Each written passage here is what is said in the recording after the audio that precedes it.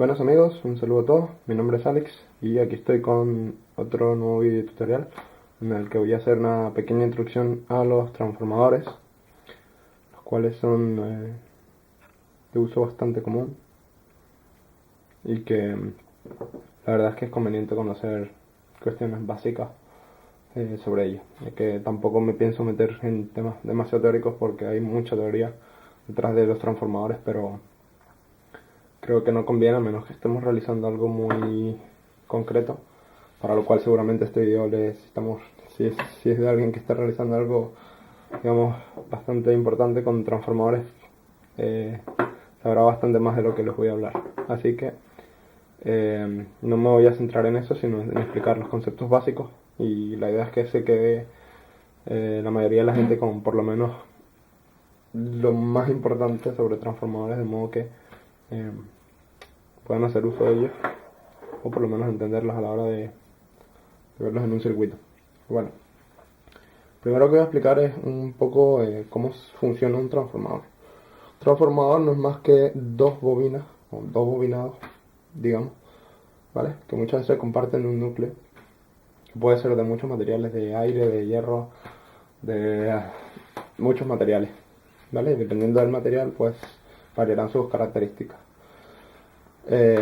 Además, funciona de la siguiente manera, es decir, funciona como, podemos verlo como si fuera por una parte un generador y por otra parte un motor o un electroimán, ¿vale? Entonces, la primera parte, el primer bobinado se llama primario, el bobinado primario ya es donde ponemos la tensión de entrada, y luego en la segunda parte es el secundario, que puede ser una o varios secundarios, es decir, varios bobinados a la salida, lo cual permite distintas cosas. Les explicaré. Bueno, el concepto básico es que nosotros aplicamos una corriente de tensión alterna, ¿vale? Una tensión alterna de este lado, o una corriente alterna, que lo que nos va a generar, como sabemos, o como deberíamos de saber, por el electromagnetismo, que nos va a generar un campo magnético, ¿vale? Proporcional a la corriente y al número de espiras que tengamos a través de esa bobina, ¿vale? Por lo tanto, este campo magnético que se genera aquí, ¿vale? Esa sería la parte que yo considero como si fuera un electroimán, porque básicamente lo es. Y lo que hace es que en este secundario, en esta bobina secundaria, se induce ese campo magnético que genera el primario, induce una corriente eléctrica en el secundario, ¿vale? Por las leyes básicas del electromagnetismo. De modo que lo que estamos haciendo es transfiriendo energía eléctrica desde el primer devanado, o como se llama, digamos, al bobinado primario, al devanado secundario, ¿vale? Pero esto de manera magnética, es decir, no hay conexión eléctrica entre ambos devanados. Y en este caso esto aplica a transformadores normales, no estoy hablando de autotransformadores ni nada de esto, ¿vale? Entonces, lo que hemos hecho es transferir energía eléctrica desde el primario al secundario, utilizando como, digamos, medio de transporte la energía magnética, es decir, hay dos transformaciones de energía. Por lo tanto, lo que estamos haciendo es aislando eléctricamente la entrada de la salida. Una propiedad que es muy importante, que hace que los transformadores sean de bastante uso. Además, esto tiene varias implicaciones. Por ejemplo, puesto que nosotros tenemos un bobinado en cada lado, podemos, variando el número de espiras de los bobinados, podemos variar la relación entre las tensiones de entrada y de salida, ¿vale? De este modo, podemos tener un transformador reductor o un transformador elevador. Transformador reductor sería cuando, por ejemplo, tenemos más número de espiras en la entrada que en la salida. ¿Por qué? Porque esto viene dado por una relación que se llama relación de transformación, que dice que el número de espiras del primario, o el número de vueltas de la bobina primaria, partido por la secundaria, es igual a una constante, ¿vale? Porque el transformador es como lo hacemos y no va a variar. Bueno, hay transformadores que sí que lo podemos variar con girando algo para que varíe el número de espiras que están en contacto. Bueno, a eso no voy a llegar ahora. Lo interesante está hablar de un transformador como este, que es un transformador estándar y que por construcción tendrá un número de espiras en la entrada y uno en la salida, ¿vale? Y eso nos dará una relación de espiras que vendrá dada entre el número de vueltas de la entrada partido el de la salida. Esto será igual a la tensión de entrada partido de la salida, ¿vale? Que será igual a una constante. Por lo tanto, si yo utilizo la relación de transformación, porque sé que tengo un transformador que tiene 10 vueltas en la entrada y 5 en la salida, nuestra constante será 2, ¿vale? La relación de transformación es 2. Por lo tanto, si yo tengo en la entrada 100 voltios, ¿vale? Y sustituyo aquí, tengo 100 voltios partido por la tensión de salida, es igual a nuestra constante. Por lo tanto, VA pasa para arriba, 2 pasa para abajo dividiendo, y por lo tanto nos queda 50 voltios. La salida será de 50 voltios, porque está dividido por la relación de transformación. Si esto fuera, por ejemplo, 2, ya la cosa cambiaría, porque sería 10 partido 2, serían 5. La relación de transformación sería 5, por lo tanto bajaría la tensión 5 veces. ¿Vale? Así sucesivamente. Podemos tanto sustituir el número de espiras como aquí, si usamos la tensión de entrada y salida, podemos sacar la M y a partir de esa obtener la relación de espiras. Y esto estoy hablando de relación de espiras, ¿vale? Eso no quiere decir que, por ejemplo, si nosotros tenemos en vez de 10 y 5 ponemos 100 y 50, tendremos la misma relación de espiras, ¿vale? Aún así, no tenemos las mismas espiras. Tenemos 10 veces más espiras, pero la relación de espiras se mantiene, ¿vale? Esto va a dar lugar a que dependiendo de lo que necesitamos hacer, el transformador puede tener una o más espiras, menos espiras, que variará la frecuencia de trabajo del transformador, etcétera, etcétera, etcétera, ¿vale? Pero en eso no me voy a meter, porque eso no es lo que me interesaría que se viera aquí, ¿vale? Ahora, le voy a mostrar un poco lo que es el transformador, pero antes quiero hablarles un poco de la potencia, ¿vale? La potencia en sí, que debemos tener en cuenta. Los transformadores muchas veces vienen dados por potencias que pueden ser directamente, te dan la corriente de salida del transformador, con lo cual ya eso es más o menos lo que te interesa, porque ya él está construido de modo que para esa corriente de salida ya está sobredimensionada la corriente de entrada, con lo cual ya sabríamos que va a funcionar, la corriente de entrada va a ser la que tenga que ser para esa corriente de salida, y a nosotros nos interesa es no superar esa corriente de salida, porque si superamos la corriente de salida del transformador, lo que va a hacer es que se va a calentar, se va a quemar, y al final nos quedamos sin transformador y podemos generar un cortocircuito y demás. Entonces, para nosotros saber cuál es nuestra corriente de salida, porque muchas veces no especifica la corriente de salida, sino nos da una potencia, entonces tenemos que nos las pueden dar en voltios amperios, ¿vale? Y para eso hay que saber qué es un voltio amperio, ¿vale? Entonces, existen 3 tipos de potencia. Seguro que más de uno de estos lo conoce. Voy a ser breve porque esto tiene bastante, se puede explicar bastante al respecto, explicar con vectores y demás, pero yo voy a ser breve y explicar lo básico. Potencia. Aquí tenemos potencia activa, potencia reactiva y potencia total o aparente, ¿vale? La potencia total aparente es la que se mide en voltio amperio. ¿Qué diferencia hay entre las 3? Básicamente, la principal diferencia que nos va a interesar a nosotros en este momento es que la potencia activa es la que disipan las cargas resistivas puras o la que nosotros aprovechamos, digamos, ¿vale? Y esa es la corriente la tensión y la corriente que se le aplica a la carga por el coseno de phi. El coseno de phi es el factor de potencia. Esto nos indica qué tan resistiva, pura, digamos, es la carga. Es decir, mientras coseno de phi se acerque a 1, será más resistiva, por tanto estaremos aprovechando más la energía. No se está disipando de otra manera. Ya veremos cuál es la otra manera. Esa es la potencia activa, ¿vale? La potencia reactiva es la potencia que nosotros no aprovechamos y que viene dada, se disipa, digamos, en los componentes reactivos como son condensadores y bobinas, ¿vale? Es decir, esa potencia no la aprovechamos. Por tanto, esa es una potencia que estamos disipando, pero que no la aprovechamos. Por lo tanto, la tenemos que tener en cuenta. Por lo general, cuando nosotros trabajamos con vatios, porque lo que nos interesa es la potencia que aprovechamos. Pero eso no quiere decir que haya más potencia que nosotros no estemos usando, que es esa potencia reactiva de la que estoy hablando. Que en estos casos, que en la mayoría de los casos, cuando estamos hablando de potencias pequeñas, de menos de 100 vatios, por ejemplo, ya depende de la aplicación, obviamente. Esto que le estoy diciendo es relativo. En cualquier caso, para potencias pequeñas, por lo general, nosotros solo nos interesan los vatios, porque la potencia reactiva que, digamos, que se disipa es prácticamente poca, por decirlo de alguna manera. Dependerá del circuito, obviamente, pero por lo general va a ser poca, por lo tanto nosotros no las tenemos en cuenta. Por eso normalmente hablamos de vatios directamente. Pero bueno, esta es básicamente la potencia que se pierde en condensadores y bobinas, o en efectos parasitivos como reactivos, que son inductivos y capacitivos. Entonces sería el cuadrado de la corriente por la impedancia, ¿vale? Digamos, de cada uno de esos elementos y por el seno de phi, ¿vale?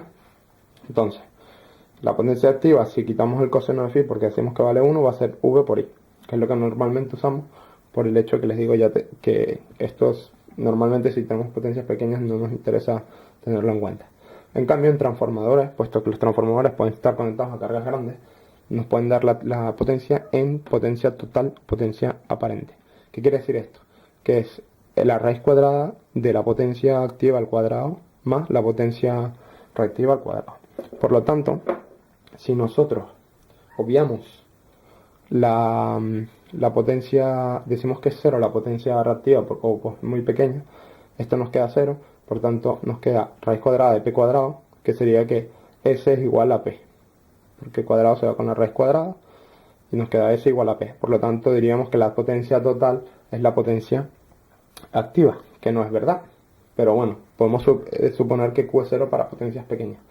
Por lo tanto, cuando nos den la potencia en voltios de amperio y nosotros tenemos una carga pequeña, que puede ser que sea, siempre vamos a tener efectos parásitos que nos van a cambiar el valor, digamos, nos van a hacer que una pequeña potencia reactiva se disipe de manera no útil. Pero eso no quiere decir que sea importante, ¿vale? Por lo tanto, muchas veces diríamos que los voltios amperios serán iguales a los vatios porque la potencia que estamos aplicando es pequeña, ¿vale? Ya les digo, normalmente si el que no sepa de qué estoy hablando podrá pensar que voltios amperios serán vatios para la mayoría de los casos, porque el que de verdad está haciendo algo en el que involucre factores de potencia, porque son elementos de potencia, va a saber esto de sobra, ¿vale? Con lo cual no os preocupéis, digamos que los voltios amperios serán vatios para la mayoría de los casos en los cuales estamos trabajando de potencia pequeña, digamos, y lo haremos así para calcular la corriente de salida. Ahora les voy a explicar cómo, ¿no? Ahora les voy a mostrar con una lupa un transformador que no sé si se ve, ¿vale? No sé si se ve bien, espero que se vea bien y que se pueda leer, ¿vale? Si no, pues intentaré poner una foto sobre el vídeo.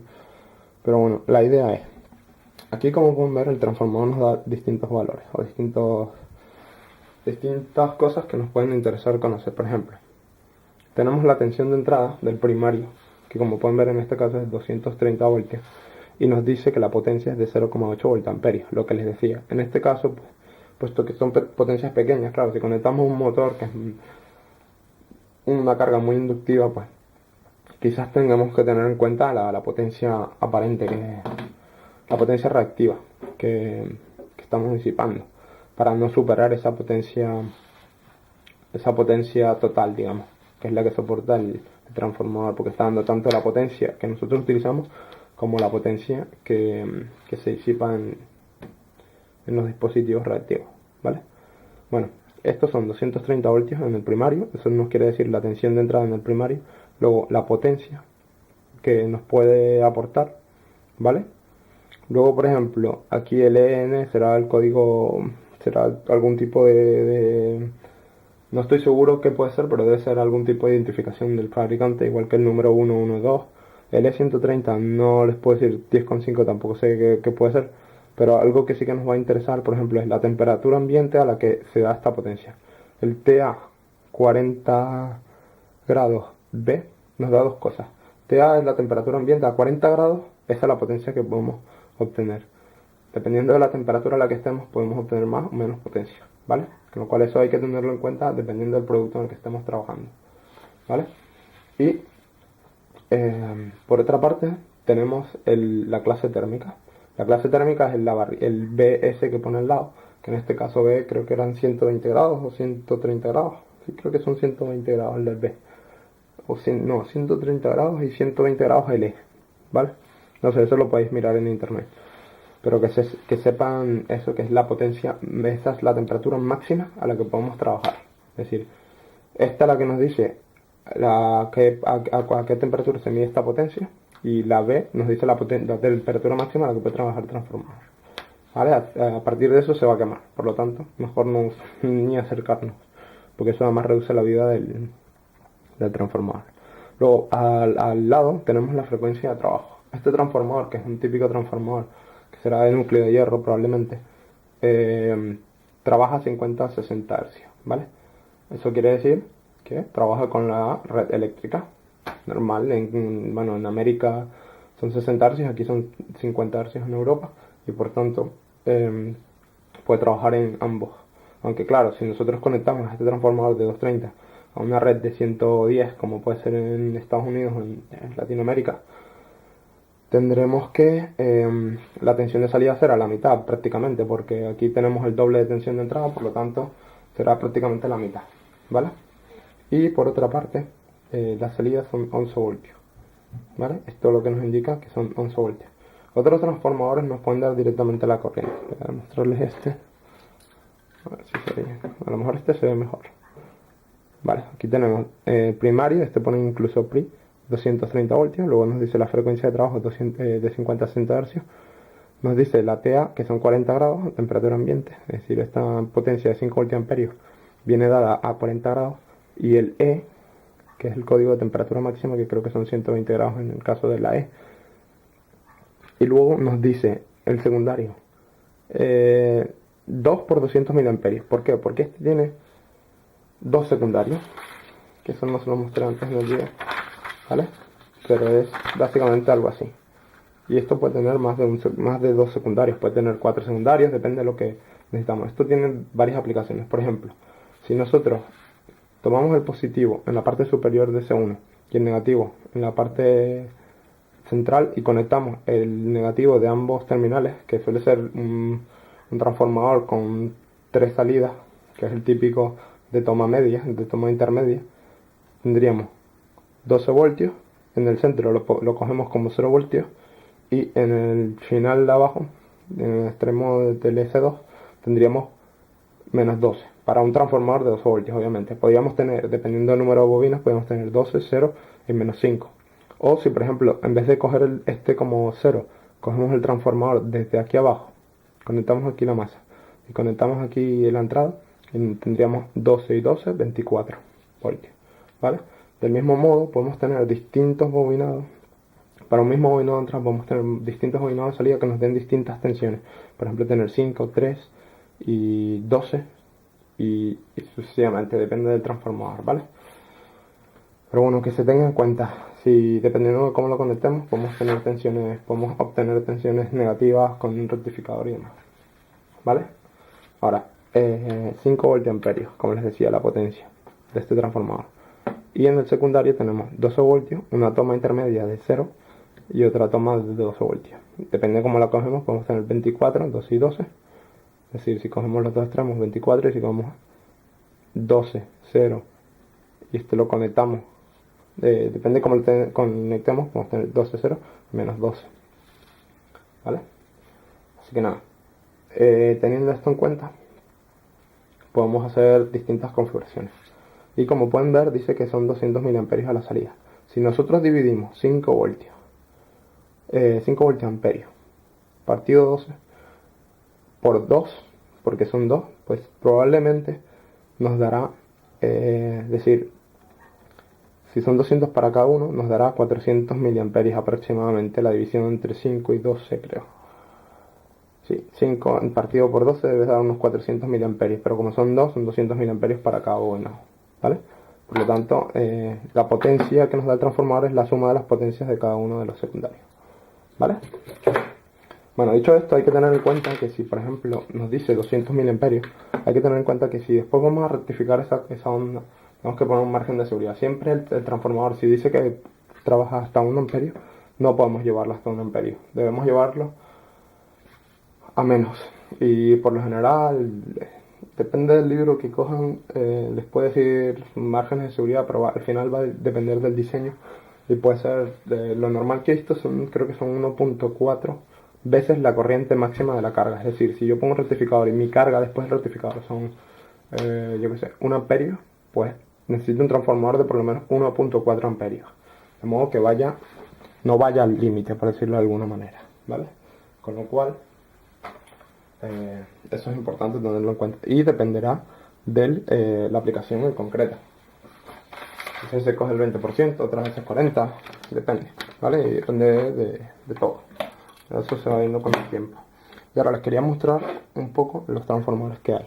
Estos son los típicos transformadores, ya les digo, con la red eléctrica, que cada vez se están usando menos.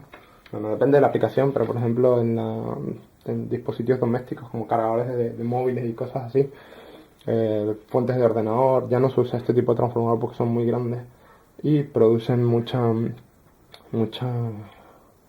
son muy pesados, muy caros y grandes. Entonces, por lo general, se están dejando usar, aunque hay aplicaciones en que todavía se usan, porque si se quiere usar un transformador más pequeño, como puede ser el de esta fuente, que es un transformador de más alta frecuencia, esto funciona a más alta frecuencia, tienen núcleos de aire, por lo tanto pesan menos. Tienen varios devanados en la salida, no sé si lo pueden ver en este caso. No sé si se ven los terminales, a ver si tengo otro por aquí. Por ejemplo, esto es un cargador de móvil relativamente nuevo porque se tendrá un par de años, pero bueno, ya es una fuente conmutada, como pueden ver. Condensador, un rectificador de media onda, si no me equivoco, sí, creo que es un rectificador de media onda la entrada. No, perdón, aquí lo tenemos, esta es la entrada. Aquí tenemos un rectificador, un poco cutre, esto es de baja, como es baja potencia, muchas veces no se esfuerzan en poner un puente de onda completa ni nada, pero depende, ya les digo. Tiene aquí la circuitería de control y esto básicamente es una fuente conmutada. Lo que hace es que en vez de usar un transformador gigante, usa un transformador pequeñito que funciona a más alta frecuencia que estos, suelen ser del orden de kilohercios o décimas de kilohercios, incluso cientos de kilohercios en algunos casos, pero no sé si en estos de tanta de tensión de entrada tan alta. Y lo que hace es que la rectifica, y si se pueden ver, este condensador suele ser en este caso de 400 voltios, porque aquí como estamos a 230, pues este condensador tiene que aguantar mucha tensión porque es la entrada. Lo que pasa es que será una capacidad pequeña, en este caso 3,3 microfaradios, con lo cual esto tiene bastante rizado a la salida de este rectificador, tendrá bastante rizado, pero bueno, luego se pasa por el transformador, el cual se va conmutando con este transistor, ¿vale? Se conmuta con un transistor o con un triac o lo que sea, y se produce una fuente conmutada en este punto. Luego de aquí sale una tensión diferente, dependiendo de la frecuencia de conmutación y demás, y se pasa otra vez como un rectificador de media onda, depende del circuito en realidad, y se filtra, que este condensador será de mucha menos tensión y mucha más capacidad. En este caso, 470 microfaradios, 10 voltios, porque esto es un cargador de 5 voltios, por lo tanto, pues le ponen el doble de la tensión de salida al condensador para que lo aguante y le ponen mucho más filtrado, porque esto va después al móvil que lleva una batería, al teléfono celular. Bueno, hay otros tipos de transformadores, como los transformadores toroidales, que ahora mismo no tengo ninguno. Este es otro tipo de fuente conmutada, pero esta ya la entrada, como pueden ver, es de 400 voltios igual, el condensador de 400 voltios, pero ya viene más filtrado, porque esto hará falta seguramente un filtrado mejor.